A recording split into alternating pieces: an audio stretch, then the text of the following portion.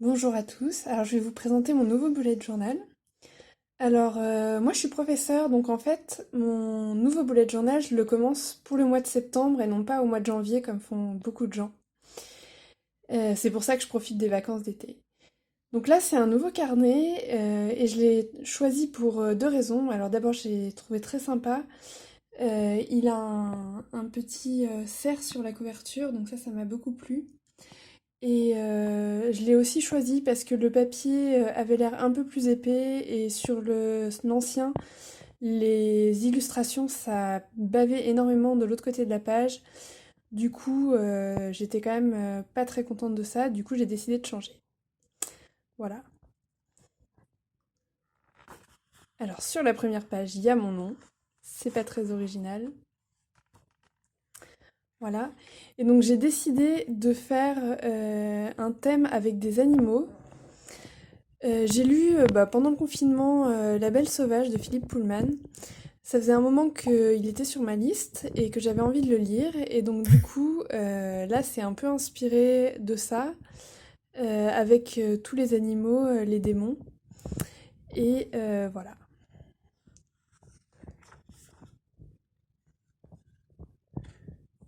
Donc là on a des coccinelles et un petit renard. Et la citation pareil, qui est tirée non pas de La Belle Sauvage, mais de la trilogie À la croisée des mondes.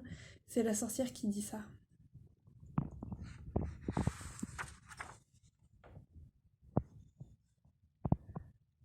Voilà, et après j'ai un peu varié les animaux.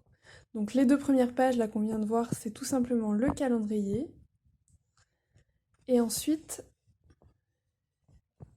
j'ai mis une bucket list pour toutes les choses que j'ai envie de faire cette année. Et j'ai décidé de choisir une carte de tarot par saison cette année. Parce que pourquoi pas. Et donc là c'est un peu plus exotique avec la fleur et le perroquet. Ensuite, j'ai mis une double page pour les livres que je vais lire parce que c'est toujours utile quand on en parle comme ça à table ou quoi et que les gens nous demandent ce qu'on lit ou qu'on leur donne une idée d'un livre qu'on a lu et qu'on n'arrive plus à retrouver le titre, donc ça permet de se souvenir. Voilà, et le hibou, bon bah il ressemble un peu à Totoro, mais c'est sympa comme ça.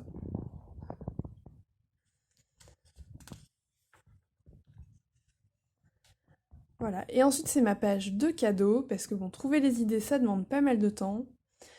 Donc il y a deux pages parce que souvent j'ai un cadeau DIY que j'offre un peu à tout le monde et puis sur la deuxième page je mettrai les cadeaux personnalisés pour chacun. Quand j'ai une idée, bah, je la note immédiatement et ça évite de se retrouver à une semaine de l'anniversaire sans savoir quoi offrir.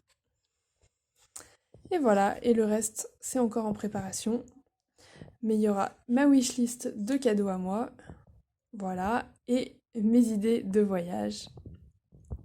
Donc c'est au crayon à papier, mais là, vous voyez, c'est direction l'Égypte avec les fleurs, les scarabées et un oiseau. Mais bon, lui, il n'est pas encore au top. Bon, on va l'améliorer. Voilà!